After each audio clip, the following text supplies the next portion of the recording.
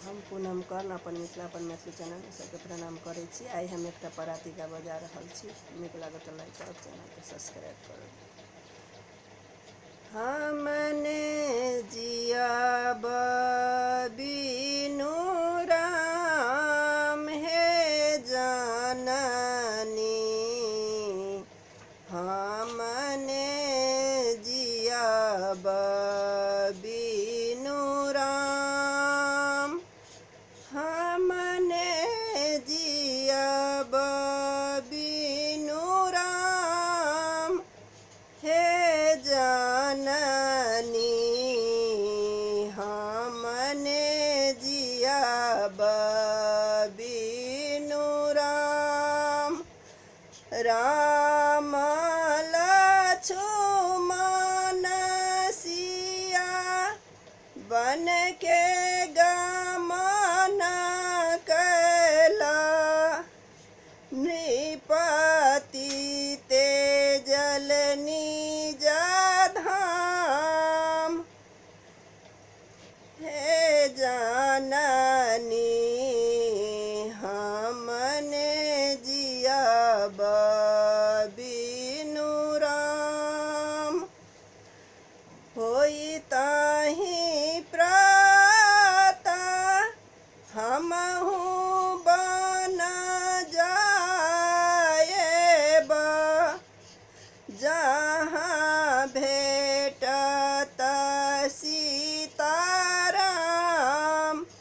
हे जननी, हमने जियाब बिनु राम। कपटी कुटिला बसु जाहि नगर में, आगि लगाओ ओहि ठाम हे जननी, हमने जियाब बिनु राम, हमने जियाब बिनु राम हे जननी।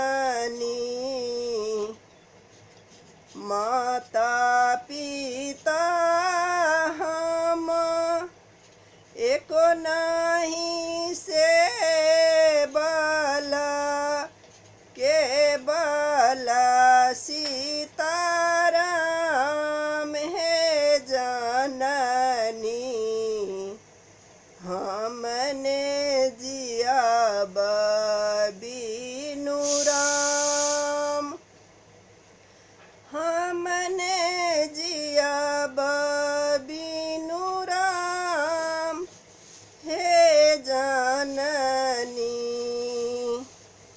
हे माता तोहि बेरी बेरी बर जल, भेला विधाता बाम हे जननी, हमने जियाब बिनु राम।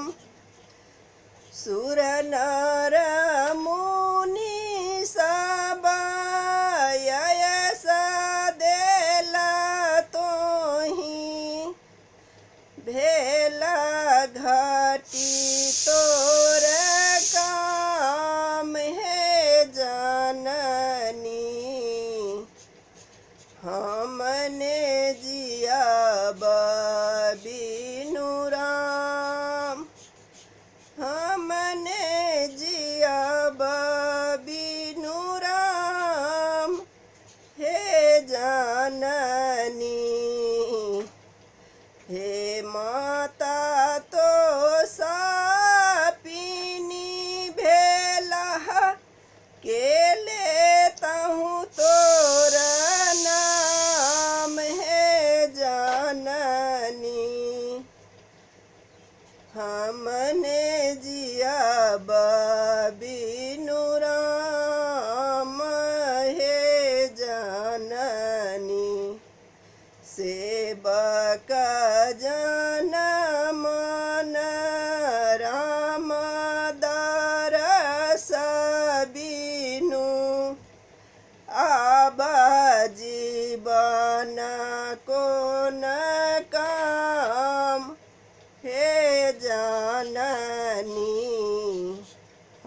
मने जिया बबी